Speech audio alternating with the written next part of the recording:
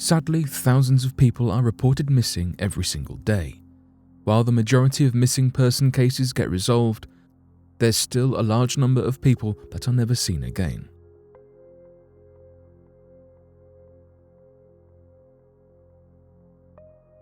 Lars Mitkov. Lars Mitkov's last minutes may be captured in the most popular YouTube video featuring a missing person.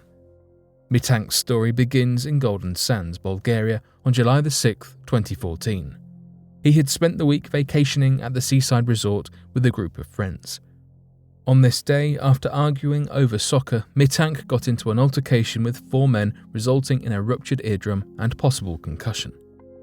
Due to the injury, a doctor advised him not to fly and prescribed him the antibiotic cefuroxime before referring him to a hospital.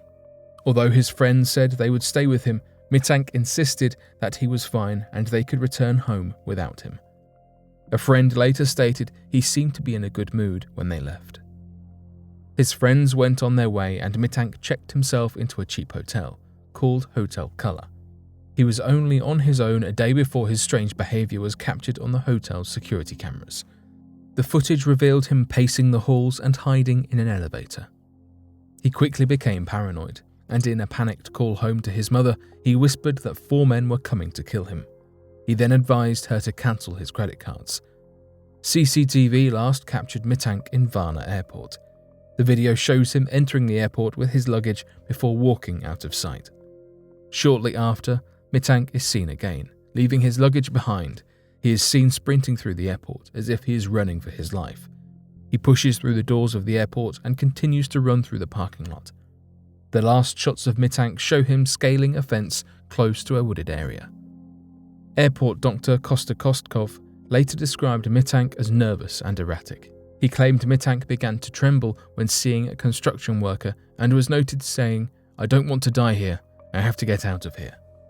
His belongings, including a backpack and suitcase, were later recovered at the airport. Its contents revealed nothing about his disappearance, however. Mitkov was never seen again.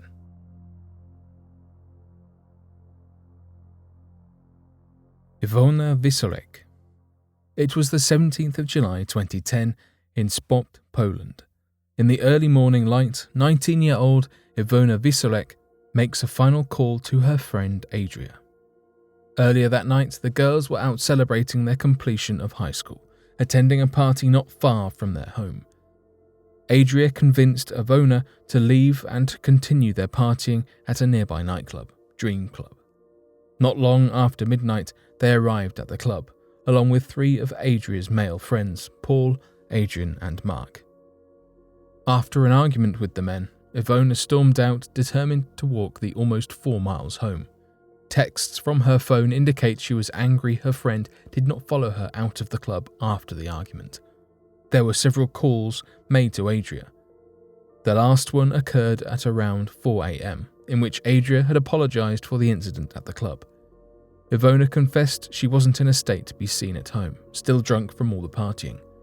Adria informed Ivana she would leave her keys outside of her apartment if she wanted to come to stay with her. CCTV easily tracked Ivana's path, having been seen on several different cameras. Barefoot and alone, she headed towards the neighbourhood that she and Adria lived in. Needless to say, Ivana never arrived. Later that day, after awakening and finding her keys where she had left them, Adria contacted Ivana's family to check that she had made it home. Although she was reported missing, authorities claimed Ivana was capable enough to make it home and could have stayed at another friend's house. It was a week before the disappearance of Ivana was taken seriously.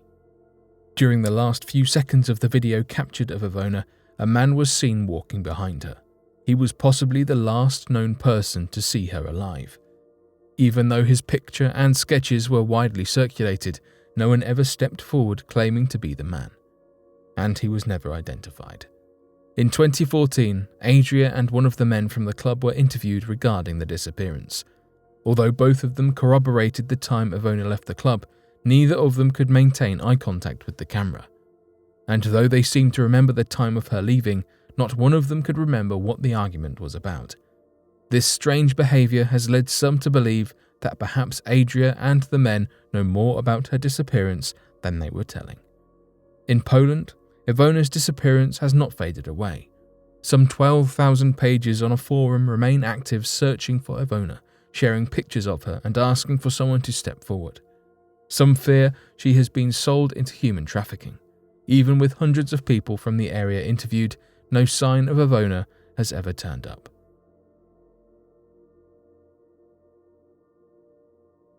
The Carroll A. Deering. The Carroll A. Deering was built in Maine in 1919. It was the last ship to be ever made by G.G. Deering Company, and it was designed to carry large amounts of coal. On August 22, 1920, the ship set sail to Rio de Janeiro with Captain William H. Merritt, his son Sewell, and a 10-man crew. A few days into the trip, Captain Merritt became very ill. They made a stop in Lewes, Delaware, so the captain and his son could get off, and they were replaced with Captain Willis B. Wormel and Charles McClellan. They made their way to Brazil and delivered the coal without any problems. While in Brazil, Captain Wormel visited another captain and told him he didn't trust the crew on the Deering. He had many concerns with them, and he only trusted the engineer, Herbert Bates. When the ship reached Barbados, Captain Wormel spoke with yet another captain about how troubling his crew had been, especially McClellan, who treated the rest of the crew badly. The captain he spoke with, along with two others, heard McClellan say that he would get Captain Wormel before they made it to Norfolk. While sailing through a storm off Cape Fear, the ship lost its anchors and chains. On January 29, 1921, the Deering came to the Cape Lookout lightship and tried to radio for help, but the radio at the lightship was out. Thomas Jacobson, the lightship's keeper, said someone tried using a megaphone since the radio was out, but the man had broken speech and didn't seem to act like an officer. He also said the crew was going around on the quarterdeck, where crewmen usually weren't allowed to be, and they also seemed confused. 2 days later, C.P. Brady spotted the Deering from the Cape Hatteras Coast Guard station. The ship was stuck with its sails still set on the edge of Diamond Shoals. Due to bad weather, rescue ships couldn't get near it until February 4th. By the time the rescue crew got to the ship, it was taking on water and had been abandoned. Strangely, almost everything inside the Deering was damaged, but it didn't seem to have happened completely by accident.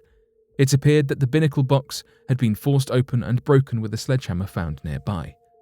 The ship was missing various things such as navigation equipment, life rafts, and the crew's personal items. They also found food left on the stove, leading them to believe they were preparing food at the time the ship was abandoned. The Deering was damaged beyond repair and was destroyed. The government launched an investigation to find out what happened, but no official conclusion could be made. The ship had been sailing away from any bad weather, and there was no evidence of piracy.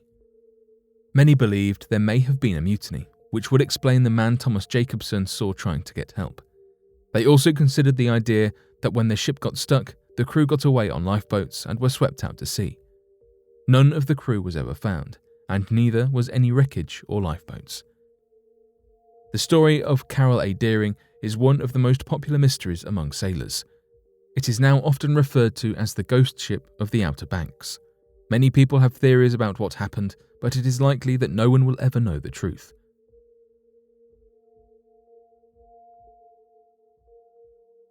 Derek J. Luking. Don't try to follow me. Those are the final words of 24-year-old Derek J. Luking. Found scribbled on a note in Luking's abandoned car, it is the final piece of evidence in his strange disappearance. Luking grew up in Virginia before moving to Knoxville, Tennessee, to attend college at Johnson University.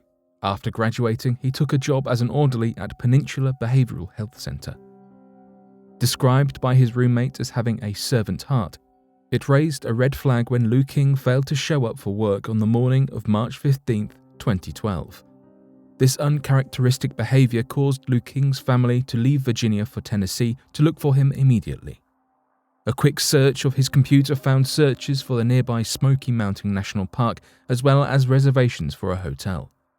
The hotel, located in Cherokee, North Carolina, had footage of Luking leaving his room on March 17th, 2 days after he failed to show up for work.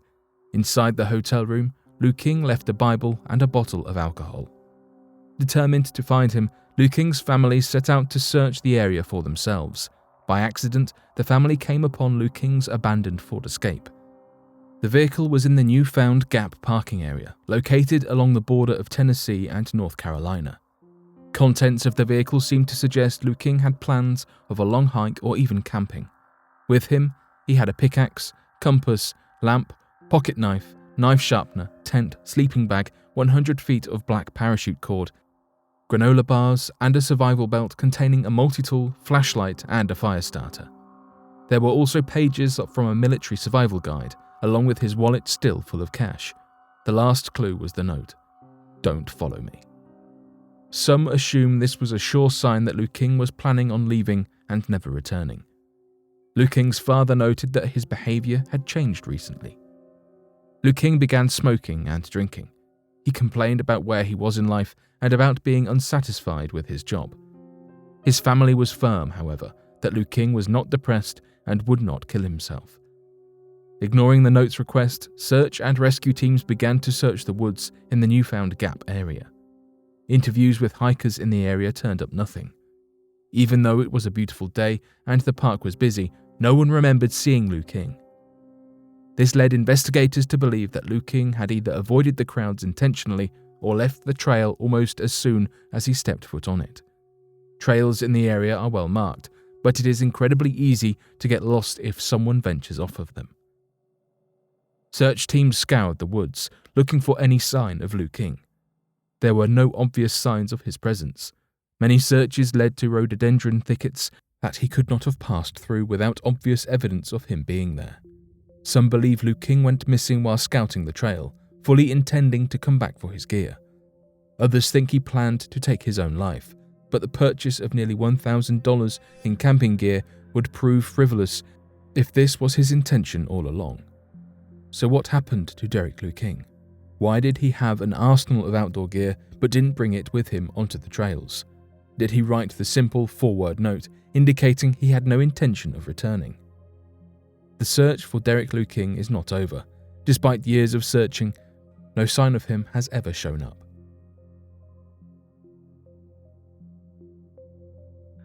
The 13-Year-Olds Car Discovery.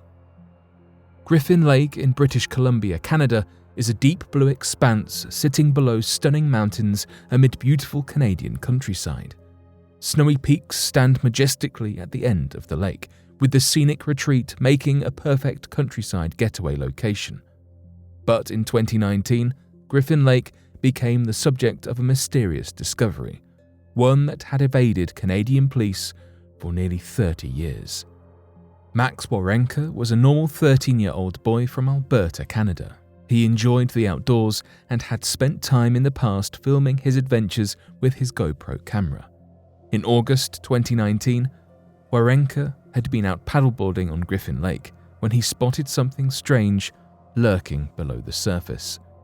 A group of people who had been staying in cabins on the lake shore also came to have a look, and they deduced that they were seeing the shiny underside of a car.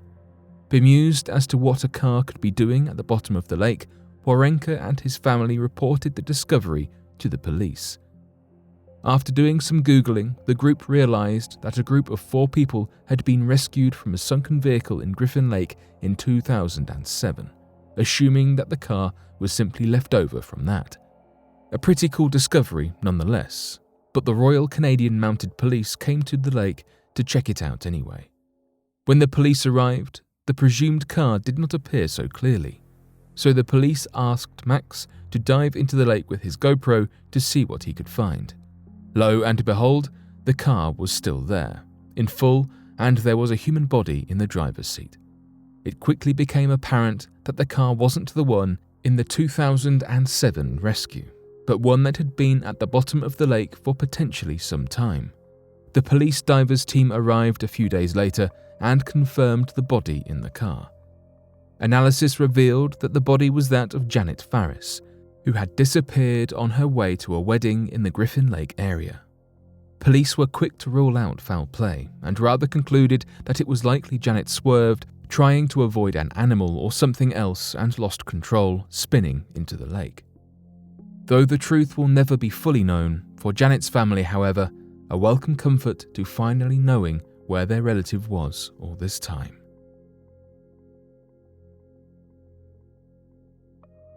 The pensioner who vanished. James Pruitt, a 70-year-old resident of the sunny state of Tennessee, was reported missing from the Rocky Mountain National Park in early March 2019. Alarm bells were first raised when his car was found desolate at the Glacier Gorge trailhead on the early morning of March 3rd. Upon further investigation, rangers uncovered that Pruitt had not been in contact with his family for several days before his disappearance, since February 28th as a matter of fact. Naturally, this confirmed the rangers' suspicions and search efforts got underway swiftly later that day. However, as always seems to happen in these situations, the odds were against the search party from the off. The park had been smothered in 2 feet of snow just days before Pruitt's disappearance was reported, and coupled with the rocky terrain, it was becoming evident that finding Pruitt was going to be no easy feat. For 6 days between March 3rd and March 8th, an extensive search was conducted. Rangers trawled the park, and a variety of specialized teams were also deployed utilizing dogs and even aerial reconnaissance. The search encompassed 15 square miles of lakes, glaciers, and gorges, yet James Pruitt was still nowhere to be found. Owing to the persistent bad weather, search efforts were called off in mid-March, although the story does not just end here. During the summer, efforts were revitalized and focused on more specific areas, and there was also more hope this time as the summer was a busy time with over 2 million people flocking to the park each year to bask in its secluded beauty. This meant that with streams of visitors also traversing the park, it was much more likely that someone was going to stumble on a clue, perhaps one of his belongings or even Pruitt himself. But unfortunately, the series of attempts that took place over the summer yielded no clues nor results, and efforts tapered off. At this point, you would be forgiven for thinking that any chance of Pruitt being found were long gone. However, in October, a new search began, albeit with a different tactic. Instead of focused searches in popular parts of the park, efforts were concentrated in off-trail areas. It was hoped that, as visitors were less common there, clues linked to Pruitt could still be awaiting discovery, and any tracks he may have left could still be intact. Ultimately, the search was unsuccessful, but it demonstrated the resilience of the search teams.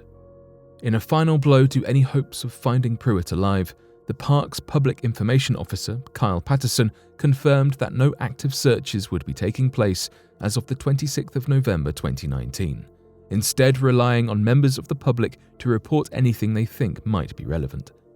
As of 2021, Mr. Pruitt is still considered missing, with the occasional Facebook post reminding the public to keep their eyes peeled for clues. With that said, any hope of uncovering the truth of his untimely demise has long been extinguished.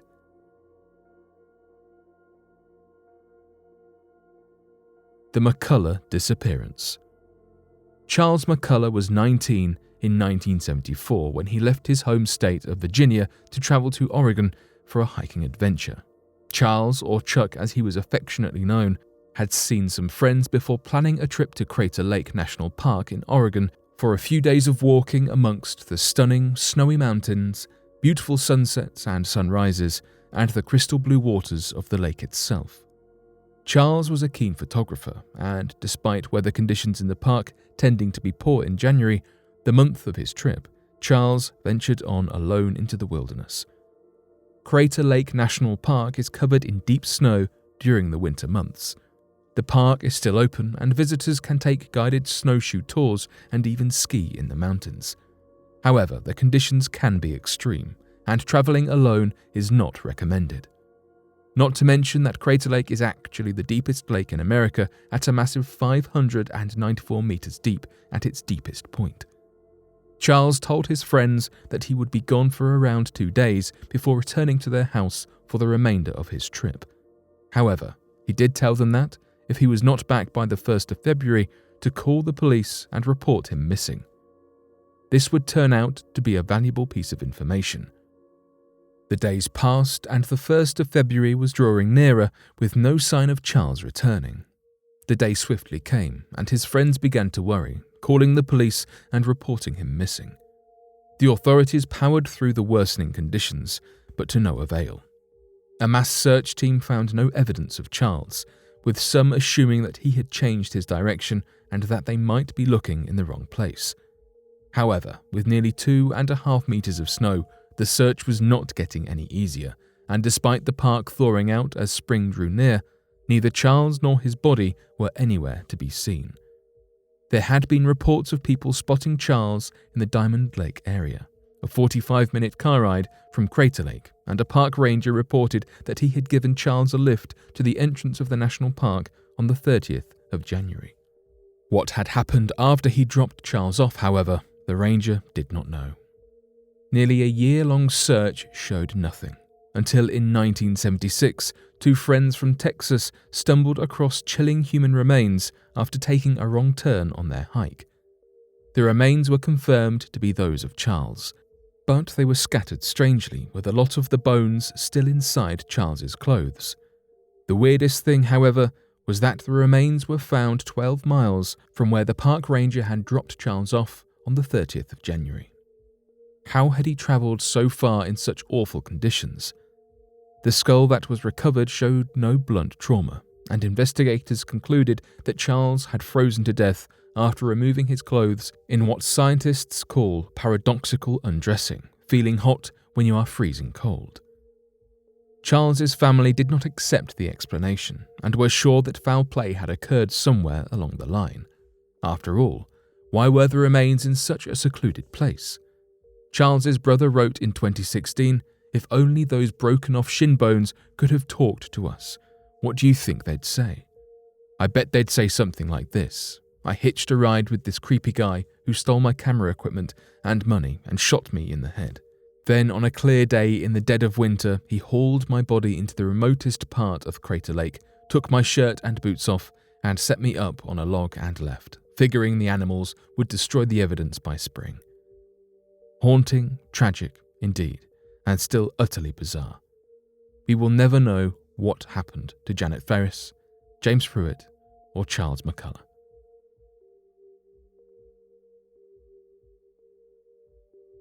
The disappearance of Keith Reinhard.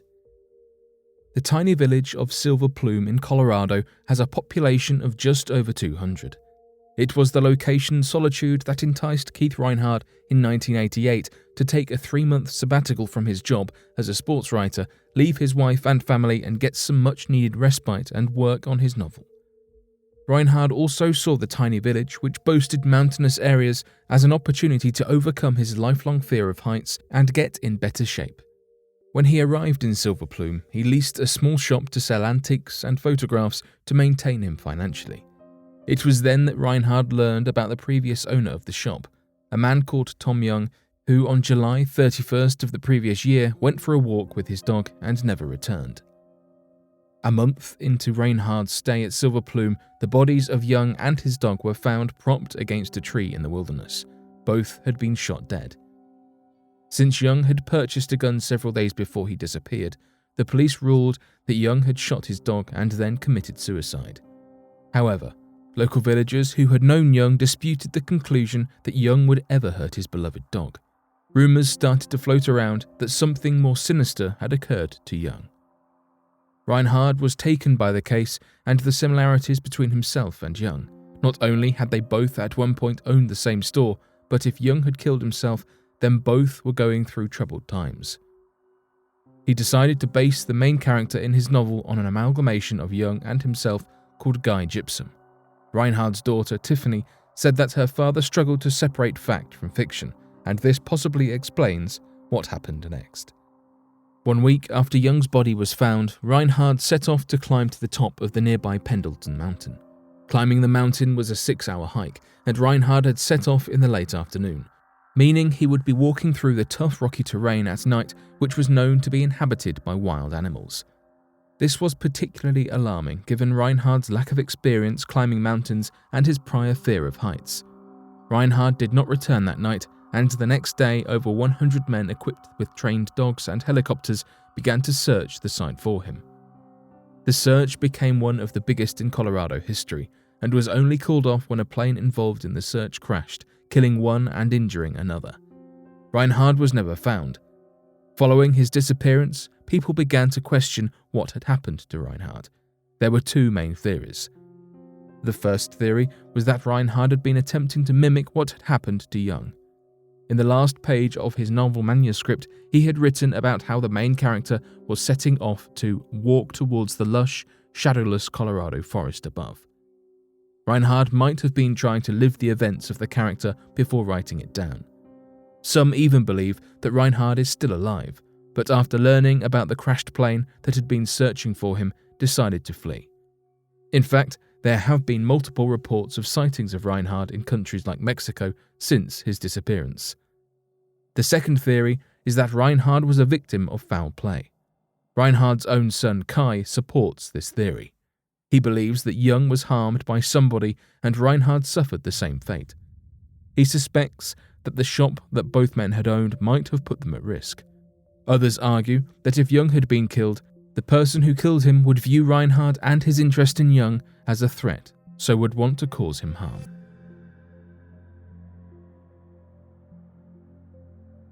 The disappearance of Jared Negrete.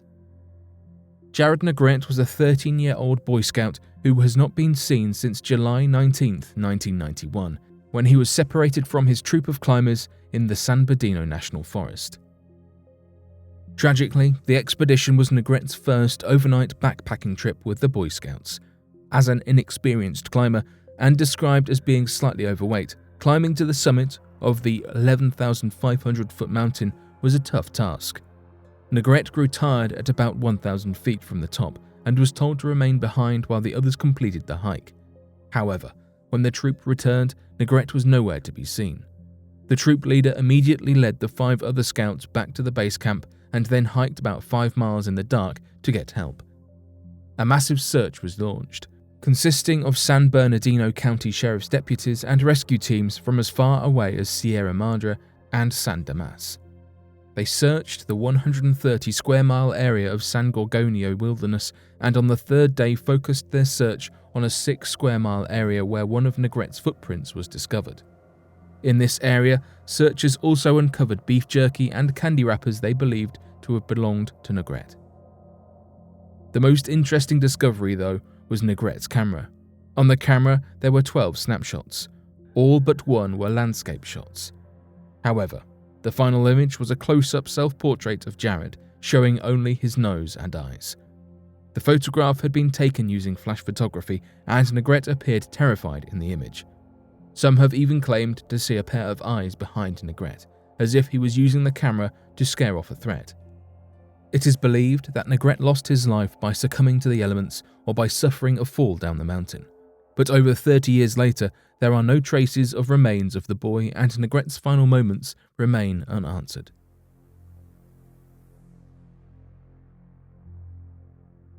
Jacobo Grinberg. The last case we'll be talking about is that of Jacobo Grinberg, a Mexican neurophysiologist and psychologist who went missing in December 1994. Dr. Jacobo Grinberg was an academic interested in shamanism, meditation, astrology, and telepathy, among other subjects. He wrote over 50 books on various topics.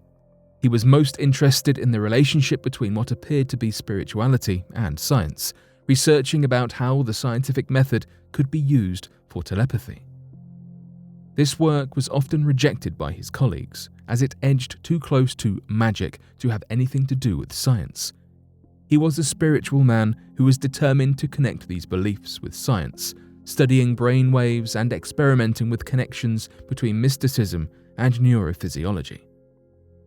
On December 8, 1994, Dr. Grinberg went missing. He had a birthday party planned for the 12th that he did not show up to. But this was not odd to his family because he had a habit of disappearing without contact for days at a time.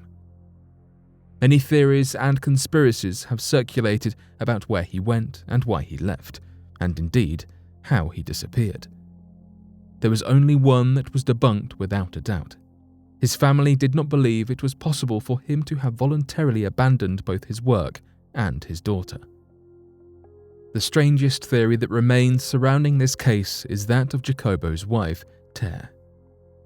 The day after he disappeared, she cashed a check for $1,000 at a bank and dismissed the watchman at their country house. She told his stepmother that he had left for Campeche and that they would be leaving to Nepal when he returned. Making arrangements, Ter left too, but disappearing completely and having little contact with her family outside of a few calls and that year to her mother. When her family was contacted about the missing case, they claimed to have not even known that she had been married at all. This all led to Grinberg's family believing that she must have attacked him and left, perhaps not alone, but with help. However, there was never any proof of this because evidence was never found. Investigators and officers did not find blood, trails, or a body to give them any idea of what might have happened. Although the world can seem like a dangerous place, one can take comfort in the thought that cases such as these stand out because they are unusual and not common.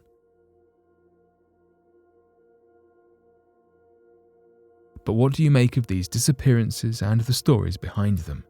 Be sure to let us know your thoughts in the comment section below and help us by growing this community while working to solve these unexplained mysteries.